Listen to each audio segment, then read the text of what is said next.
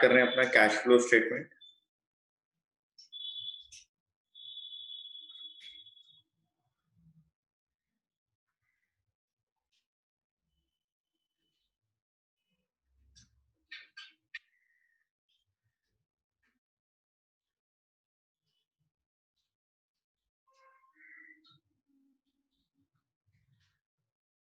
बहुत important chapter है आपके प्रोस्पेक्ट्स के लिए बेटे। कैश फ्लो स्टेटमेंट 6 मार्क्स के लिए आपके बोर्ड एग्जाम में आना ही आना है। बोर्ड एग्जाम में लास्ट क्वेश्चन कैश फ्लो का ही होगा बेटे। जो आपका क्वेश्चन पेपर है बेटे, वहां पे जो लास्ट क्वेश्चन होगा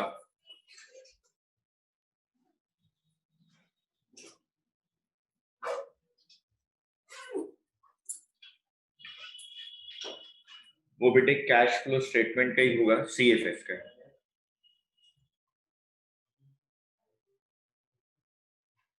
ठीक है, तो यहाँ पे सिर्फ आपको कॉन्सेप्ट पे ज्यादा ध्यान रखना है। अगर आपका कॉन्सेप्ट स्ट्रांग होगा तो बेटे आपके पास क्वेश्चन सही होने के चांसेस बहुत ज्यादा होंगे। इसलिए कॉन्सेप्ट को आपने बहुत स्ट्रांग रखना है। यहाँ पर आप देखें कि आपका कॉन्सेप्ट यहाँ पर गड़बड़ाए नहीं। ठीक है,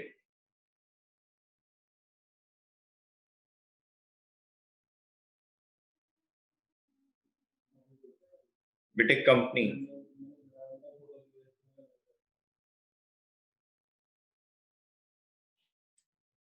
अपनी फाइनेंशियल स्टेटमेंट्स बनाती है।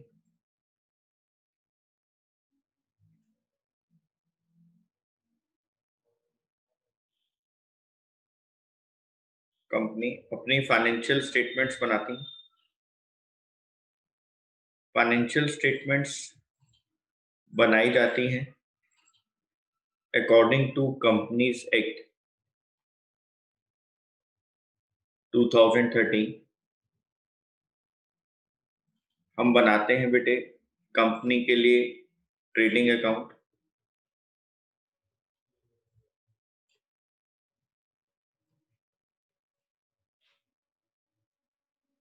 प्रॉफिट एंड लॉस अकाउंट,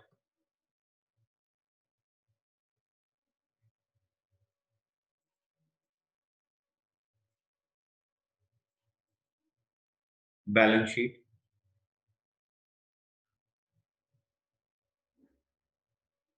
और बेटे इसके साथ साथ cash flow statement.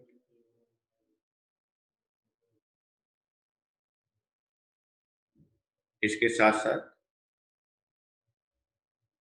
Cash flow statement. Cash flow statement financial statements का ही पार्ट होता है और बेटे इसको बनाना भी मैंडेटरी होता है कंपनीज के लिए। तो हम लोग trading account, profit and loss account, balance sheet, cash flow statement, तो हमें सीखना है cash flow statement.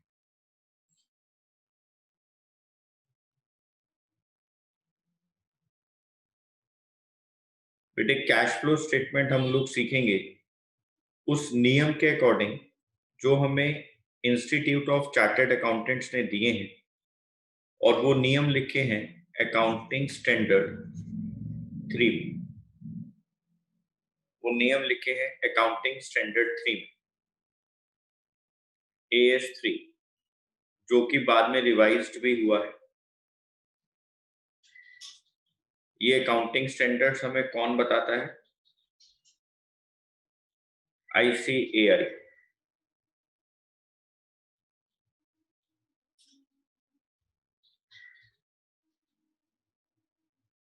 Institute of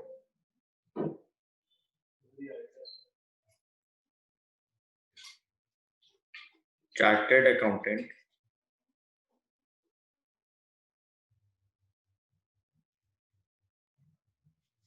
of India.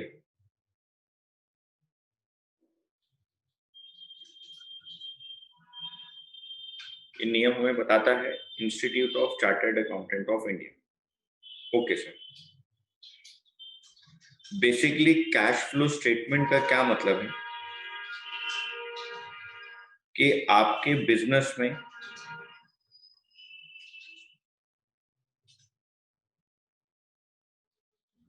या आपके एंटरप्राइज में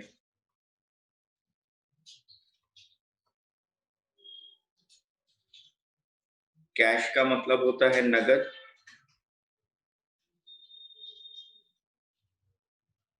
कैश का क्या लेन देन हो रहा है।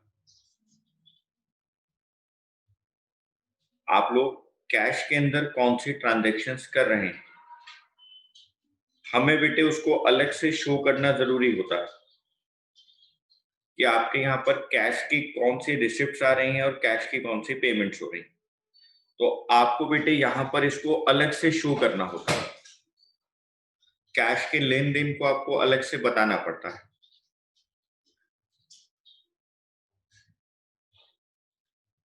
कैश का आना यानी कैश रिसिप्ट्स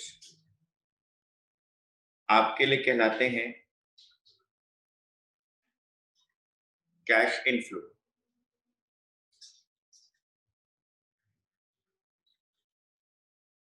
कैश का जाना यानी कैश पेमेंट्स आपके लिए कहलाते हैं cash outflow.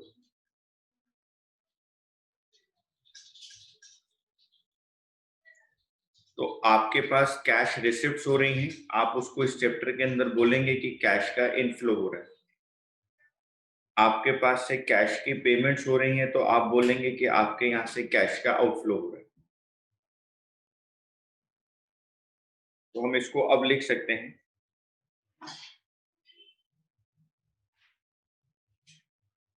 Cash flow statement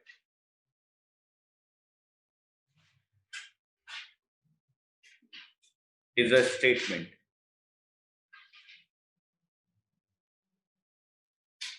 showing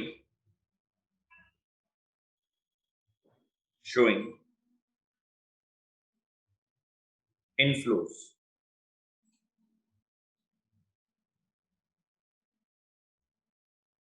मतलब बेटे receipts. Cash flow statement is a statement showing inflows and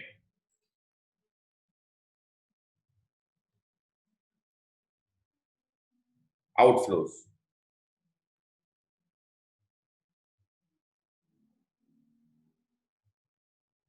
यानी कि payments of cash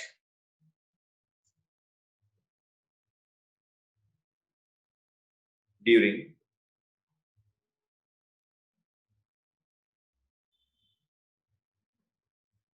a particular period.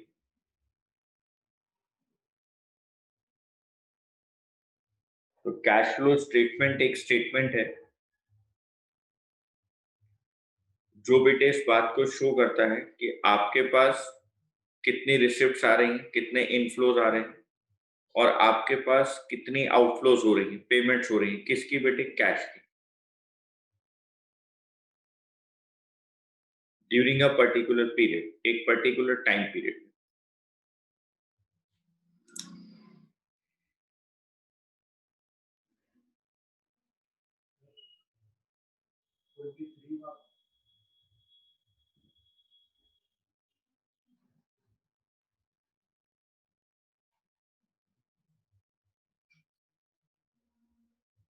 It analyzes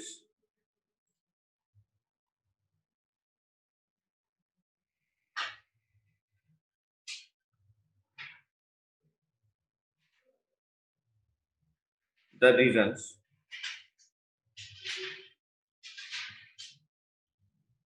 it analyzes the reason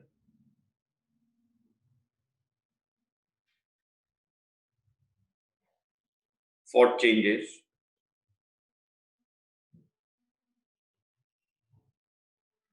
in balance of cash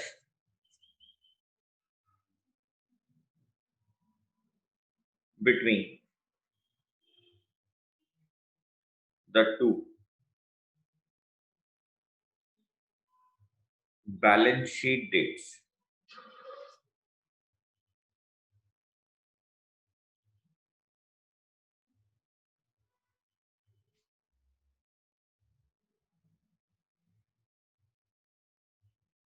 31 मार्च 2019, 31 मार्च 2020। यहाँ पे cash का balance है 2 लाख।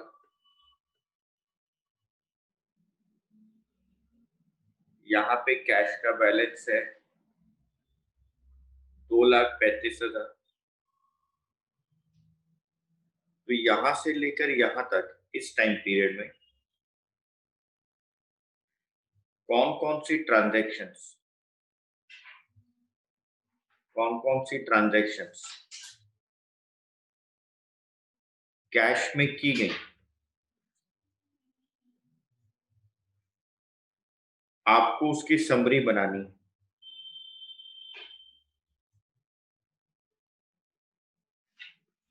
आपको उसकी समरी बनानी, क्योंकि लास्ट ईयर लास्ट डे आपके पास कैश का बैलेंस 2 लाख था और इस साल आपके पास लास्ट डे में कैश का बैलेंस 2,35,000। तो यहाँ पे जो ये 35,000 रुपए प्लस हुए हैं कैश में, आपको इस समरी की फॉर्म में बताना है कि आपने इस साल कैश में कितनी ट्रांजैक्शंस परफॉर्म की, कितना पैसा आपके पास कैश में आया है और कितना पैसा आपके पास से कैश में गया है। और अल्टीमेटली आपका कैश का बैलेंस ओपनिंग 2 लाख था, क्लोजिंग 2,35,000 है। तो ये समरी इस तरीके से बनाई जाएगी, ये समरी इस तरीके से परफॉर्म होगी कि अल्टीमेटली उसका लास्ट का बैलेंस ये आना चाहिए। हमने 2 लाख रुपए से कैश शुरू किया, 50,000 किसी को दे दिया, 60,000 किसी से ले लिया, फिर 90,000 दे दिया, 1 लाख ले लिया, फिर 2,000 दे दिया, 5,000 ले लिया, ऐसे पूरे साल चलता रहा। और ये पूरे साल समरी बनती रही, बनती रही, बनती रही, बनती रही, बनती रही। उस समरी के लास्ट डे जो मेरे पास कैश का बैलेंस बचना चाहिए, वो कैश का बैलेंस ये बचना चाहिए, क्योंकि यही मेरे पास कैश का बैलेंस आ रहा है। अगर समरी के अकॉर्डिंग कैश का बैलेंस यही बचा जो कि मेरे पास क्लोजिंग बैलेंस था कैश का, इसका मतलब मैंने किसी भी ट्रांजैक्शन के अंदर कोई मैनिपुलेशन नहीं करी। जो जो कैश की ट्रांजैक्शंस आती रही जाती रही, मैं उसको प्लस माइनस करता रहा और अल्टीमेटली मेरे पास क्लोजिंग बैलेंस वही आया जो यहां पर शो हो रहा है। Okay sir.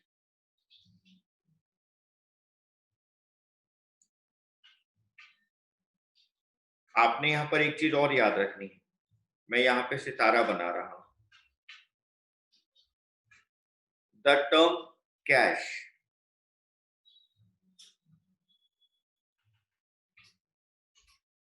The term cash here stands for cash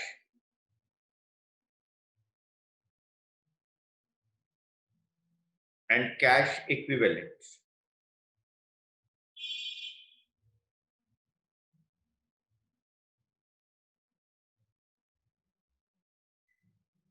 A cash flow statement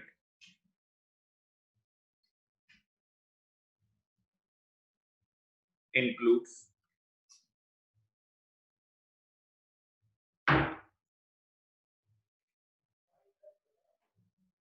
only those items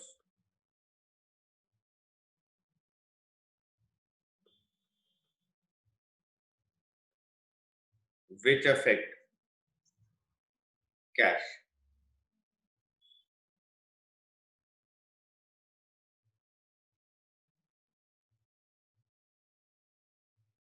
Cash flow statement includes only those items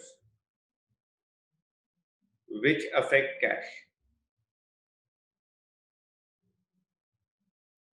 sir ये कैश इक्विवेलेंट्स क्या होते हैं? बेटे अभी मैं आपको बताऊं, अभी मैं आपको इसके ऊपर पूरी डेफिनेशन लिखवाऊं कि कैश इक्विवेलेंट्स क्या होते हैं। Okay sir.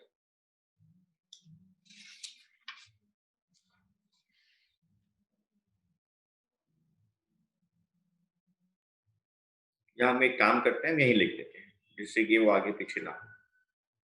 कैश तो आप लोगों को पता ही है, कैश इन हैंड। यहां लिख देते हैं cash and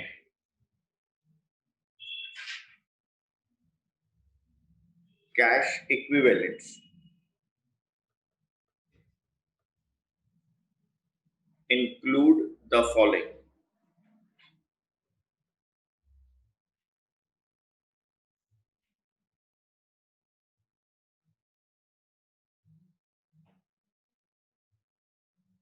cash in hand, जो नगद आपके हाथ में है, कैश एट बैंक,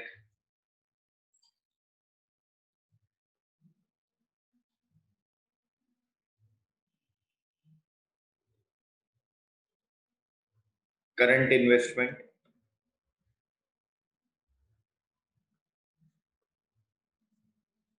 बेटे वो इन्वेस्टमेंट्स जो कि शॉर्ट टर्म इन्वेस्टमेंट्स हैं, और कैश फ्लो स्टेटमेंट के अंदर शॉर्ट टर्म्स हम लोग 3 मंथ से लेते हैं। ये ऐसी इन्वेस्टमेंट जो कि 3 महीने तक के लिए की गई शॉर्ट टर्म इन्वेस्टमेंट्स हैं, उसको करंट इन्वेस्टमेंट्स कहा जाता है, जो कि almost within 3 months realise हो जाती हैं, कैश में कन्वर्ट हो जाती हैं।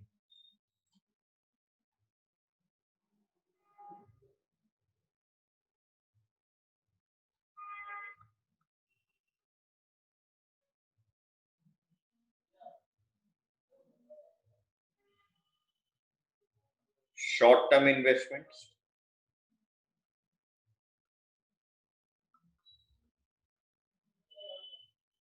मार्केटेबल सिक्योरिटीज,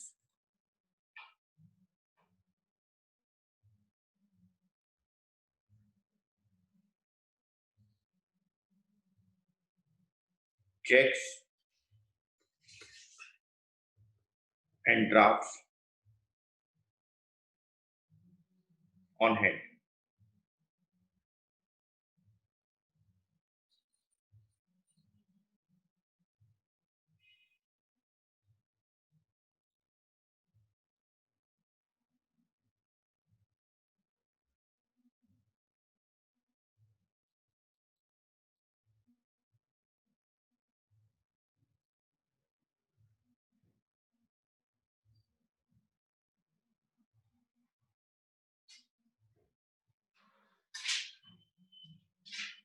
तो कैश और कैश इक्विवेलेंट्स में क्या क्या इंक्लूड हो गया बेटे? Cash in hand, cash at bank, current investment, short term investments और मार्केटेबल सिक्योरिटीज। और क्या आ गया बेटे? Cheques and drafts.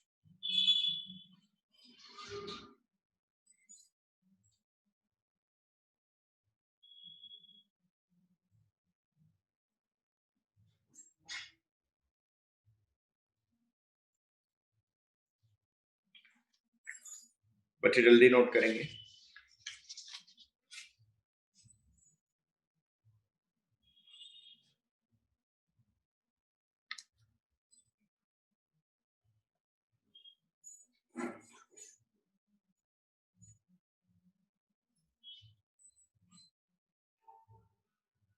यहाँ पे भी इंपॉर्टेंट करके आप एक नोट लिखेंगे।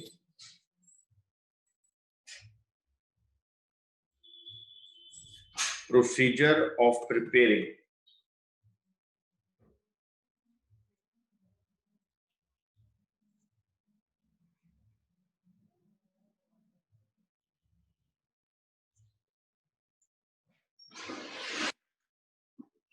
Cash flow statement.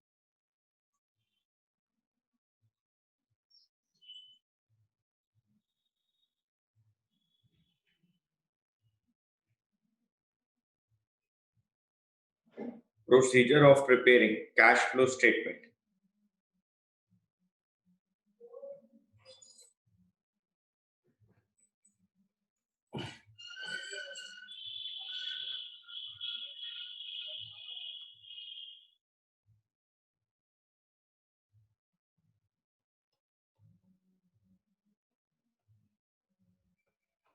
The Institute of Chartered Accountants of India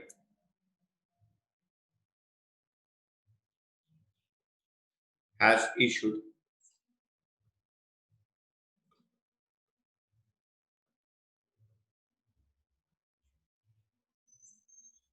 Accounting Standard AS3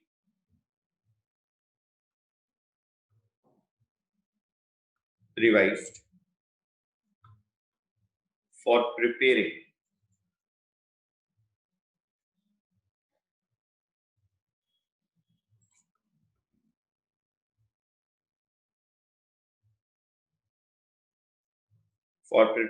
a cash flow statement.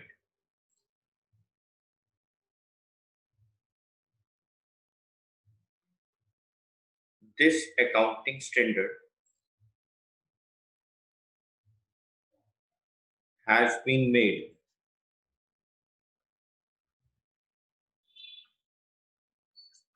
mandatory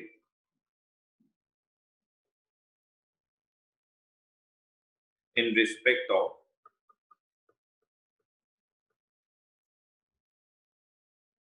accounting periods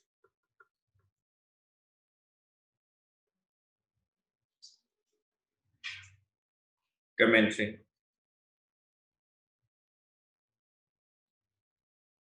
on or after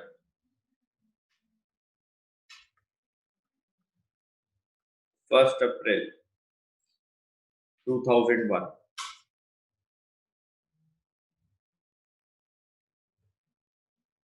for certain enterprises.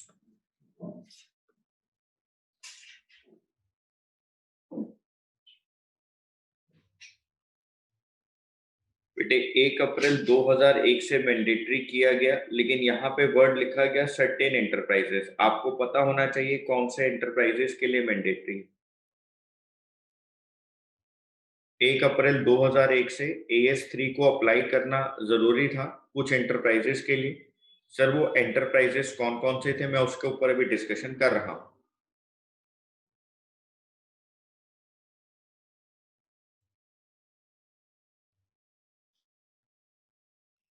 First point, ऐसे enterprises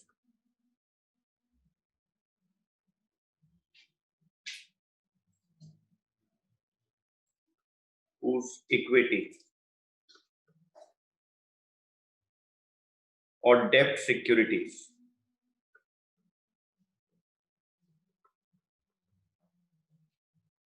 are listed on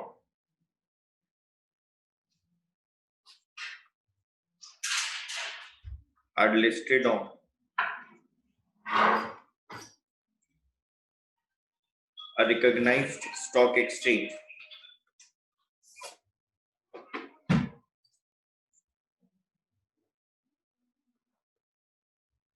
in India।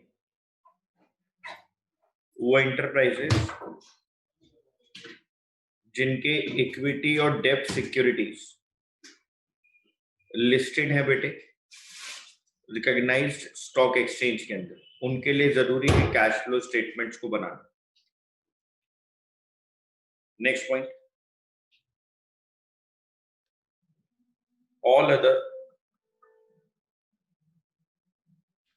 all other commercial,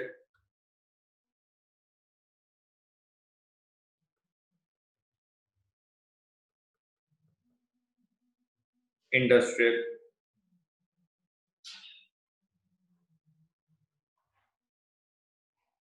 and business enterprises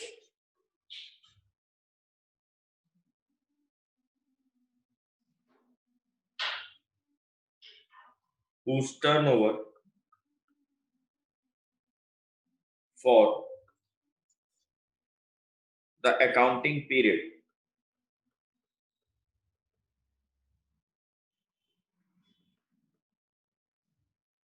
exceeds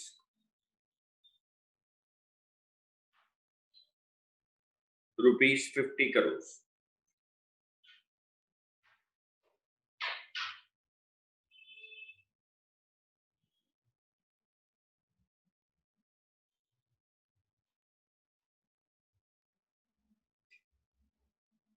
कोई भी commercial और industrial या business enterprises हैं जिनकी turnover accounting period में 50 करोड़ से ज्यादा है, उसके लिए कैश फ्लो स्टेटमेंट बनाना जरूरी है।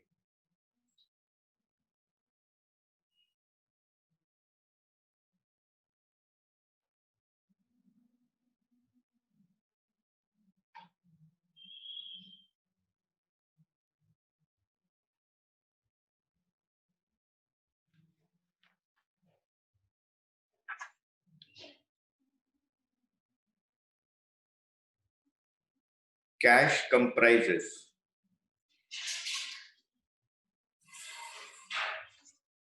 cash in hand,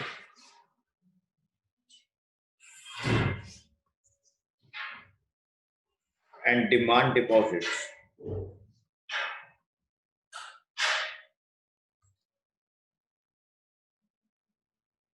with banks.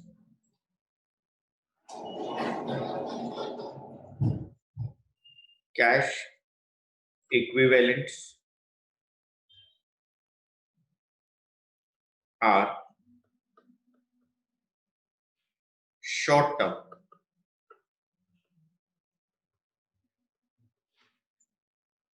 highly liquid investment.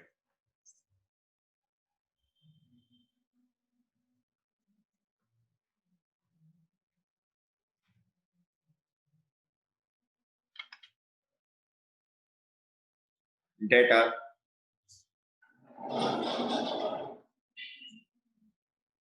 readily convertible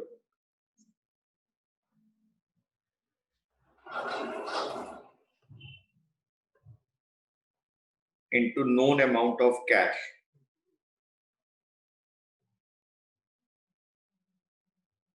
and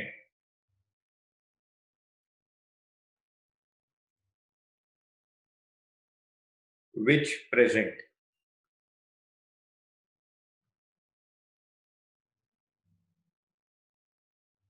insignificant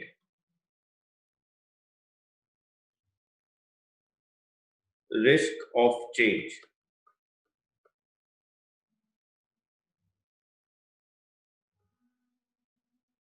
in their values.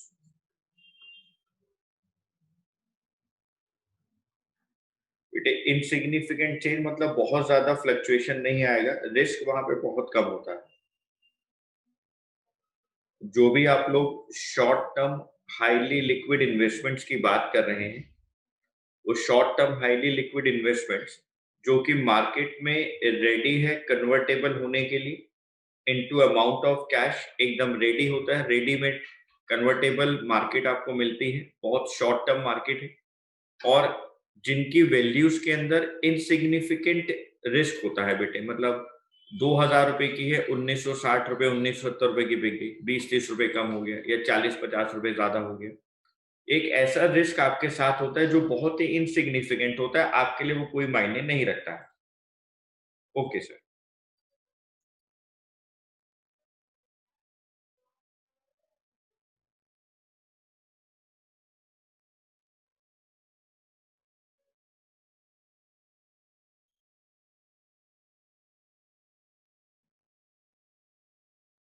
Cash flow statement को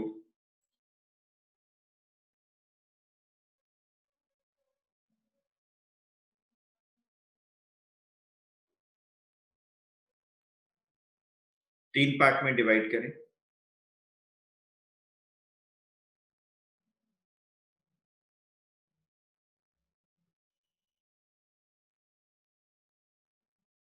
ऑपरेटिंग एक्टिविटी,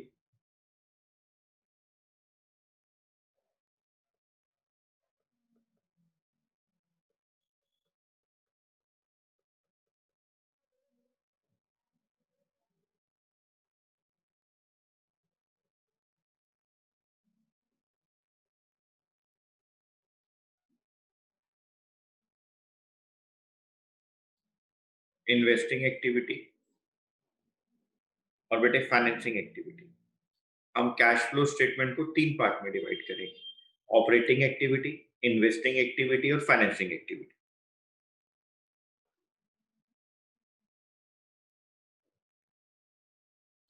ऑपरेटिंग एक्टिविटी कहां पे डील करेगी बेटे?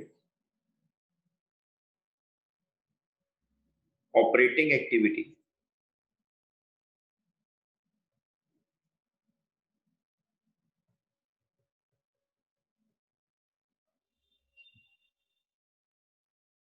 Are the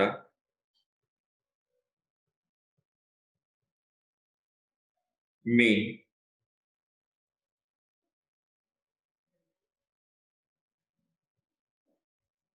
revenue generating activities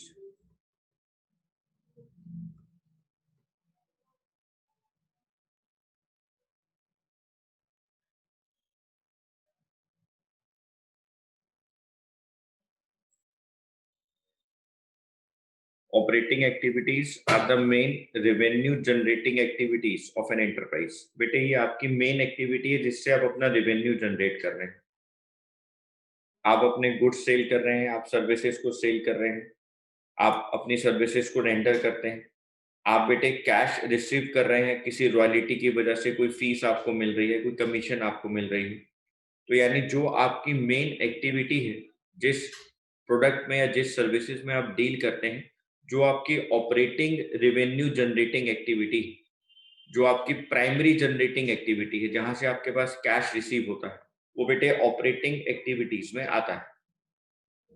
okay sir.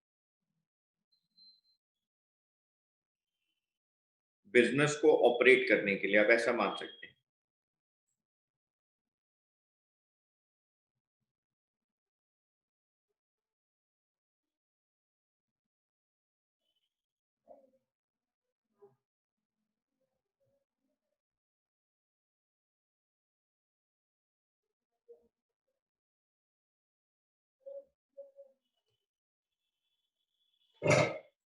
अब आती है बात बेटे इन्वेस्टिंग एक्टिविटी की। आप अपने बिजनेस के अंदर, अपने एंटरप्राइज के अंदर परचेज और सेल करते हैं बेटे लॉन्ग टर्म एसेट्स को, जैसे कि land, building, plant and machinery, जो बेटे जिनका मेन मकसद, जिन एसेट्स का मेन मोटिव सेल करना नहीं होता, दोबारा से रीसेल करना नहीं होता, जिनको आप यूज करके अपने बिजनेस की प्रोडक्शन एक्टिविटीज करते हैं, जो आपकी एसेट्स होती हैं बेटे, फिक्स एसेट्स होती हैं। Okay sir.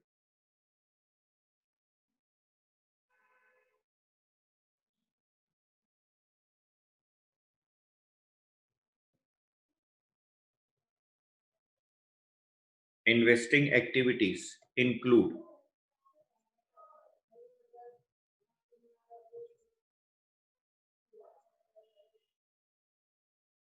Purchase and sale of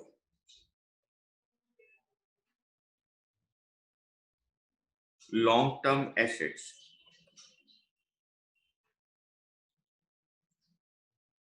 such as land, building,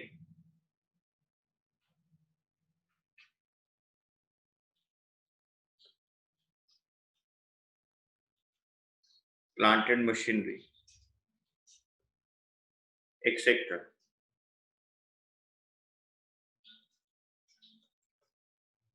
not held for resale.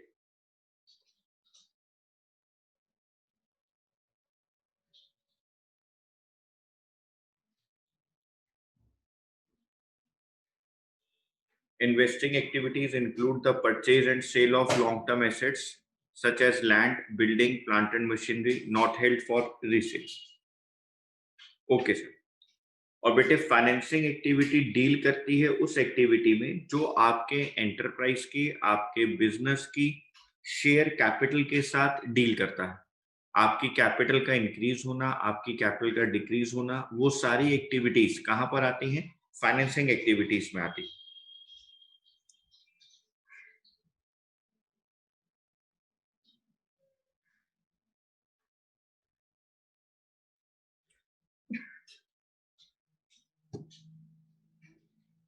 Financing activities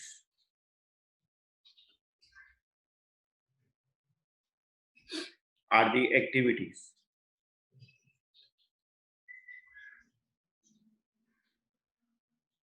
that results in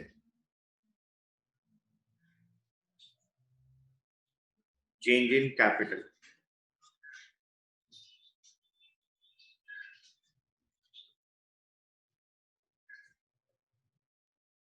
and borrowings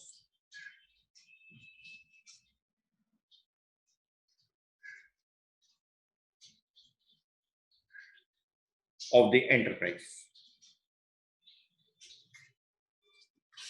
तो अभी तो हमने सिर्फ मीनिंग की बात करी कि सब ऑपरेटिंग एक्टिविटी कहाँ डील करेगी, इन्वेस्टिंग एक्टिविटी कहाँ डील करेगी, फाइनेंसिंग एक्टिविटीज कहाँ पे डील करती।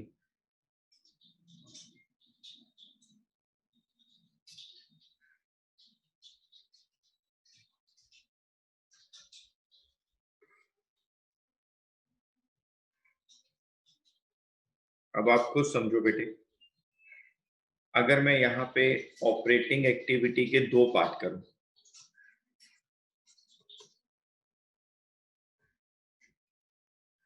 ऑपरेटिंग एक्टिविटीज के 2 पार्ट करूं,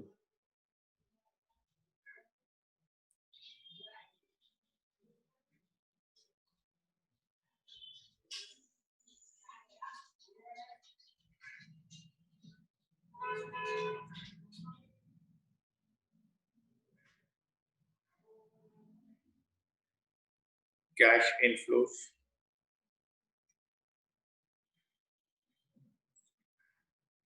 और कैश आउटफ्लोज।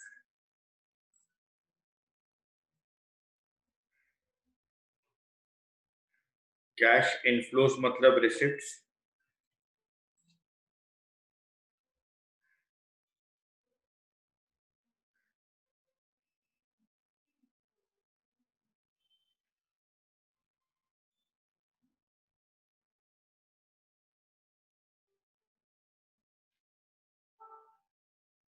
कैश इनफ्लोज मतलब रिसिप्ट्स और कैश आउटफ्लो मतलब पेमेंट्स।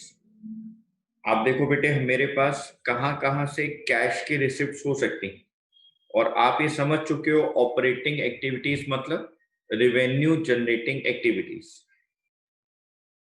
मैं कैश सेल्स करूं, मेरे पास पैसा आ रहा है, रेवेन्यू जनरेटिंग एक्टिविटीज है। मेरे को कैश रिसीव हो रहा है,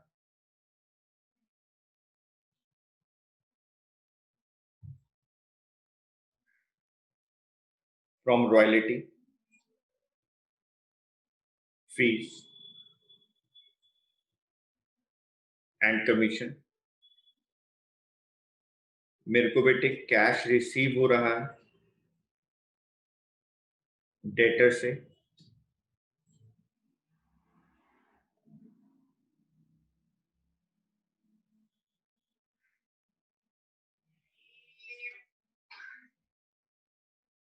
ट्रेड रिसीवेबल्स मतलब बिल्स रिसीवेबल्स। कैश आउटफ्लो बेटे कहां कहां से हमारे पास से कैश आउटफ्लो होगा, कैश की पेमेंट्स होंगी। आप बेटे कैश परचेजेस कर रहे हैं,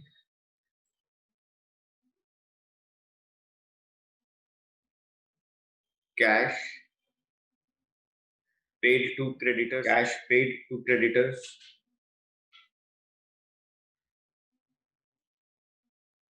trade payables,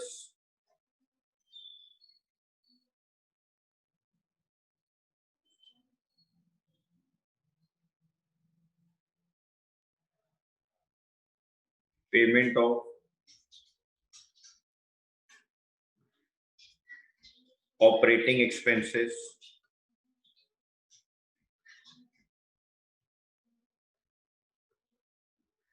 like wages, salary, office,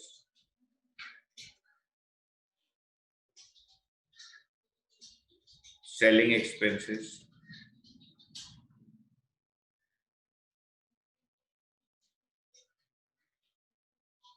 payment of income tax,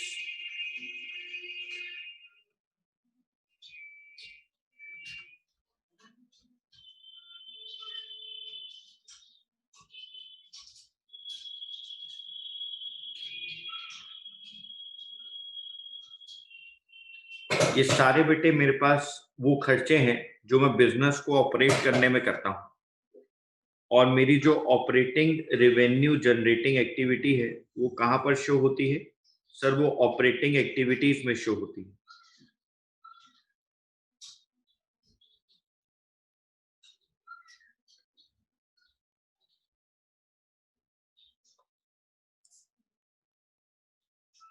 बेटे हम यहां बात कर रहे हैं नॉन फाइनेंशियल कंपनीज की।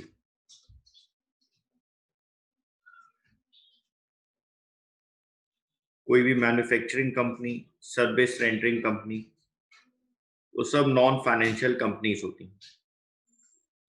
लेकिन बात करो बेटे, अगर बात करो कि आप यहां पर फाइनेंशियल कंपनीज की बात करते हैं, बैंक,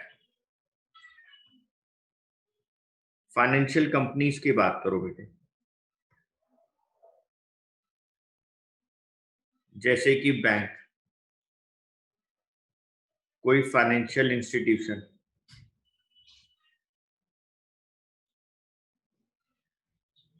कोई फाइनेंशियल इंस्टीट्यूशन।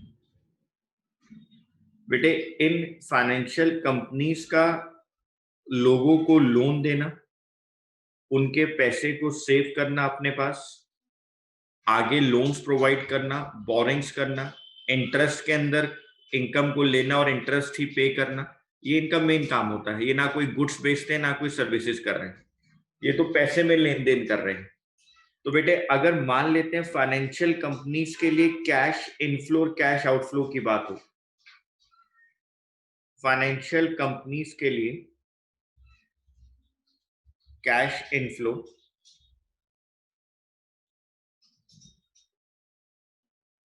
और कैश आउटफ्लोज की बात हो,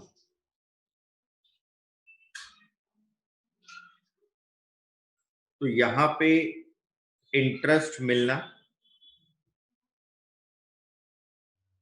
interest and dividend received in cash, या बेटे मैं यहां पर बोलूं कि जिन्होंने आपके पास पैसा सेव कर रखा है, जो पब्लिक हाउस होल्ड्स आपके पास बैंक्स के पास पैसा डिपॉजिट करते हैं, उनको इंटरेस्ट पे करना, इंटरेस्ट पेड इन कैश। आप अपनी सिक्योरिटीज को बेच रहे हैं मार्केट के अंदर, proceeds,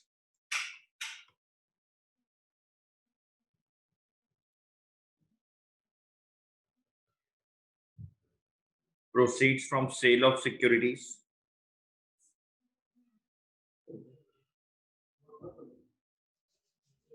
payment,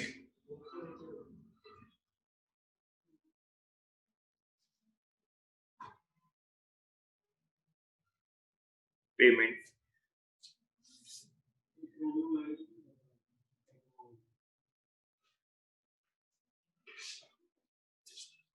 payment for purchase of securities,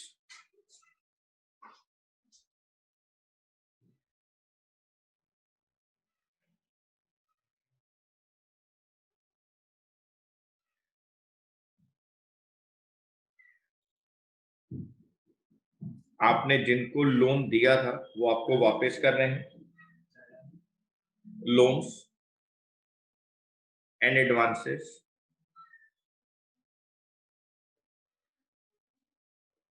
repaid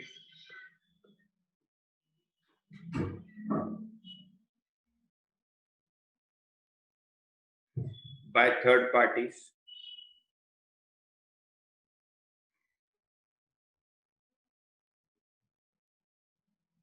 loans और एडवांसेस रीपे कर रही है थर्ड पार्टीज हमें,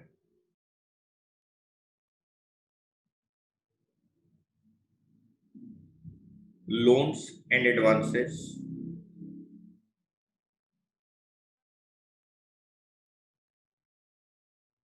टू थर्ड पार्टीज,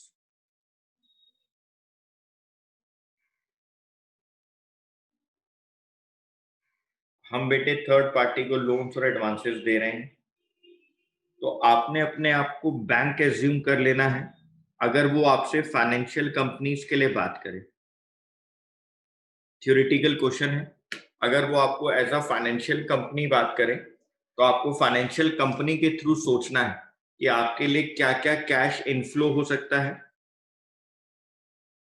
और आपके लिए क्या क्या कैश आउटफ्लो हो सकता है। बेटे ये थ्योरेटिकल क्वेश्चन आता है 1 मार्कर, वहां ये पूछा जा सकता है कि किसी भी फाइनेंशियल कंपनी के लिए इंटरेस्ट और डिविडेंड रिसीव्ड कौन सी एक्टिविटी है, तो हमारे पास आंसर आएगा ऑपरेटिंग एक्टिविटी है सर, कैश इनफ्लो है।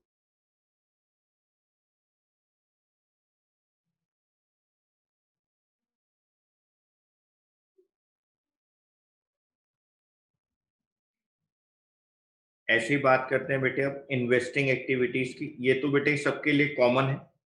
एसेट्स में डील करना तो चाहे वो फाइनेंशियल कंपनीज हो या नॉन फाइनेंशियल कंपनीज हो, उनके लिए बेटे कॉमन बात है।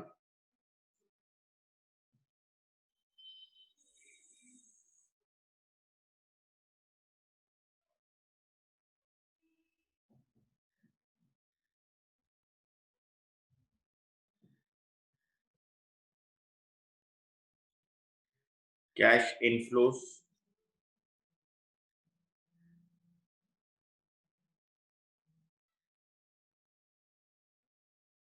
cash outflows। आप अपनी फिक्स्ड एसेट्स को सेल कर रहे हैं। Proceeds from sale of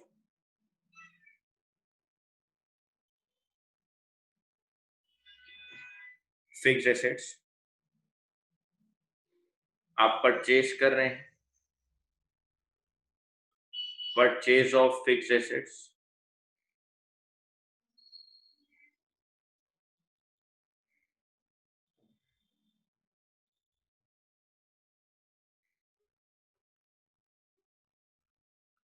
proceeds from sale of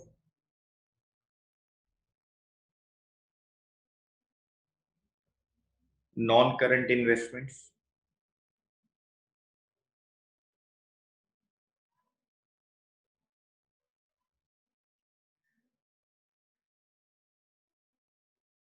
purchase of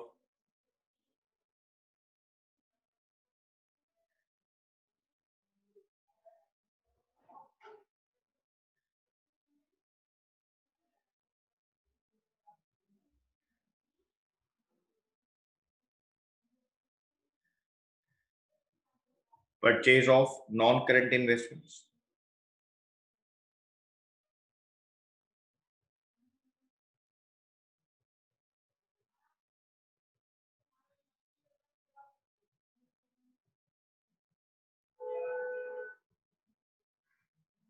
interest received on debentures.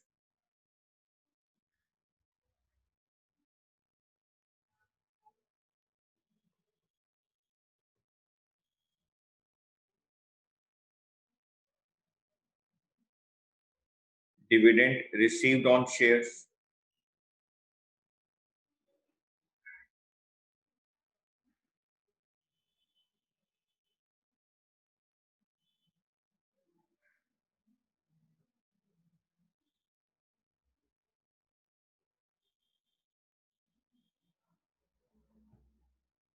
Investing activities की बात हो रही है बेटे।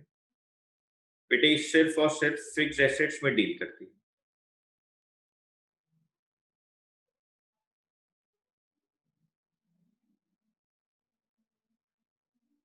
यहाँ पे सितारा बना लो एक बार।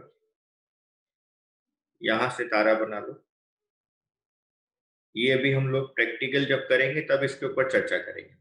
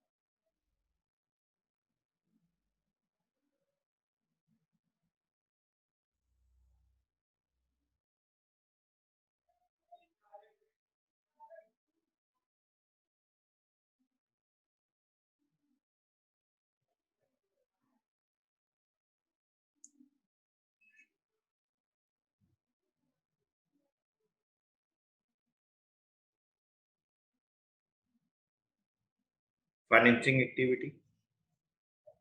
सर आपने हमें ये लिखवाया था कि ये कंपनी की शेयर कैपिटल के साथ डील करती है।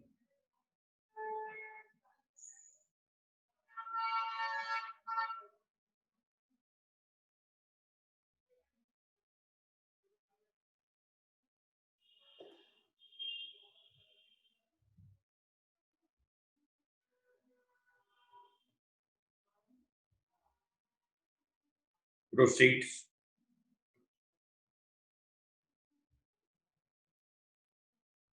From issue of shares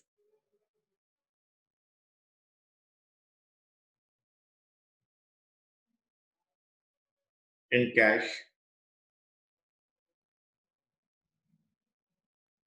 proceeds from issue of debentures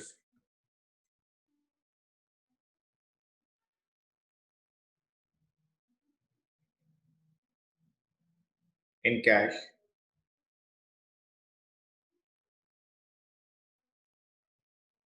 loan raised, भले ही वो लोन लॉन्ग टर्म रहा हो या शॉर्ट टर्म रहा हो,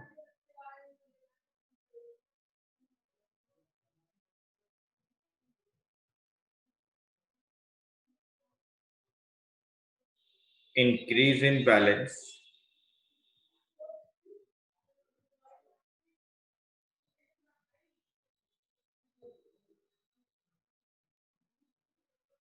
of bank overdraft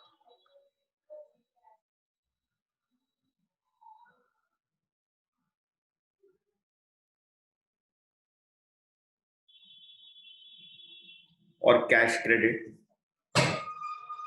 यहाँ पे देखो बेटे, सब जगह से पैसा रिसीव ही हो रहा है। आप चाहे अपने शेयर्स को इशू कर रहे हो, डिबेंचर्स इशू कर रहे हो, लॉन्ग टर्म लोन्स ले रहे हो या शॉर्ट टर्म लोन्स रेज कर रहे हो, आप बैंक ओवरड्राफ्ट का बैलेंस इंक्रीज हो रहा है या बैंक से कैश क्रेडिट इंक्रीज हो रहा है, सब जगह से आपके पास पैसा आ ही रहा है, तो कैश इनफ्लो में आ रहा है। अब आप शेयर कैपिटल के रिलेशन में जितना पैसा पे करोगे वो सब कैश आउटफ्लो में आता रहेगा।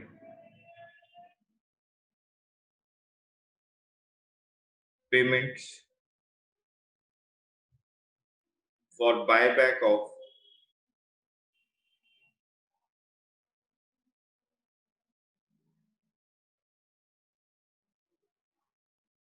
Equity shares,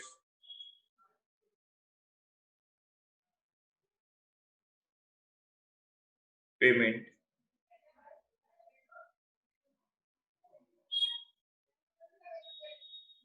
for redemption of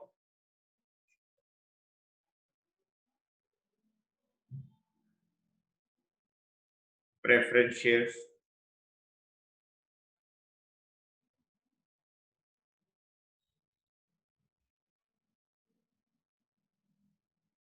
payment for redemption of debentures,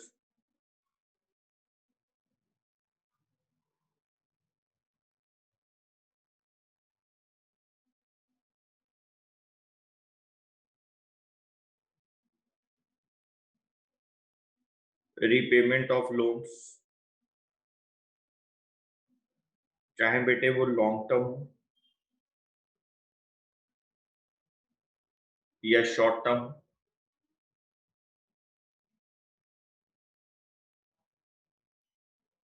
मैं यहाँ पे सितारा बना रहा हूँ, वैसे आगे जाकर एडजस्टमेंट्स में लिखवाऊंगा भी ये सारी बात।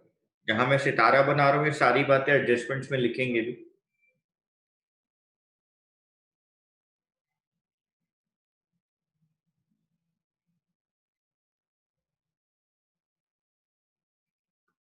Payment of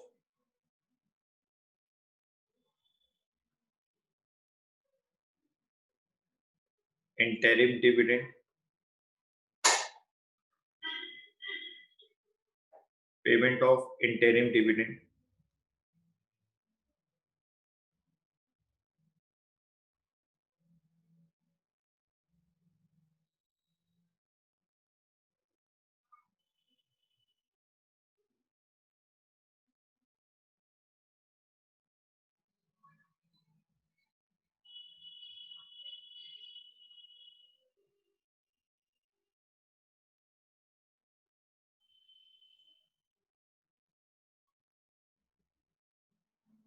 payment of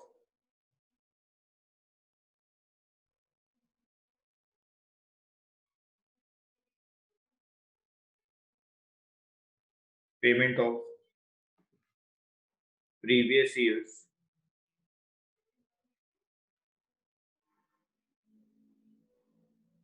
payment of previous years. बेटे सारी बातें बाद में समझेंगे बेटे, अभी तो मैं सिर्फ लिखवा रहा हूँ। इन सारी चीजों को जब प्रैक्टिकल क्वेश्चंस में आते जाएंगे तो सारी बातें समझेंगे। अभी तो सिर्फ मैं आपको समझा रहा हूं कि पैसा आना या जाना कहाँ-कहाँ कैश इनफ्लो और क्या-क्या कैश आउटफ्लो है, जिसको आपको लर्न करना है। ये सारी बातें समझेंगे बेटे। Payment of previous years, proposed dividend. अभी तो बच्चे पूछेंगे सर ये प्रपोज्ड डिविडेंड क्या होता है? प्रीवियस ईयर क्या होता है? इंटरिम डिविडेंड क्या होता है? ये बायबैक क्या होता है? रिडम्पशन ऑफ प्रेफरेंस शेयर्स क्या होता है? रिडम्पशन ऑफ डिबेंचर जैसे होता है वैसे रिडम्पशन ऑफ प्रेफरेंस शेयर्स भी होता है। लेकिन ये सारी बातें अभी हम लोग डिटेल में चर्चा करेंगे। अभी तो सिर्फ हम लिख रहे हैं क्या-क्या हमारे लिए आउटफ्लो है और क्या-क्या इनफ्लो है।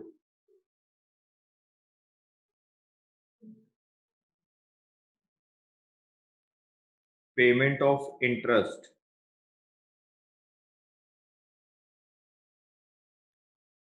On long term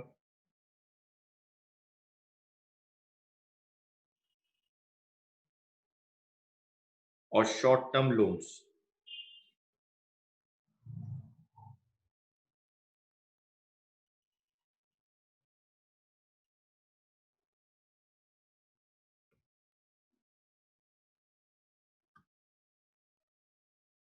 payment of interest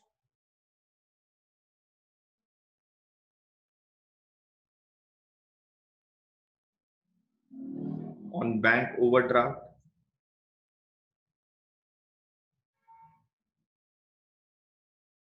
cash credit.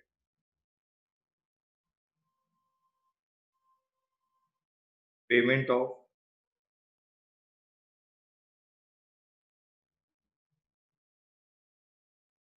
Preliminary expenses,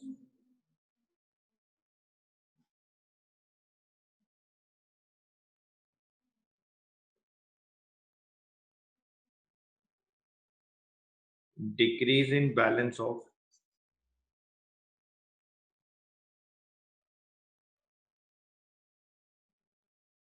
bank overdraft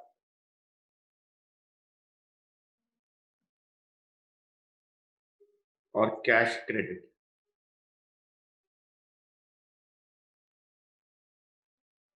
decrease in balance of bank overdraft और कैश क्रेडिट।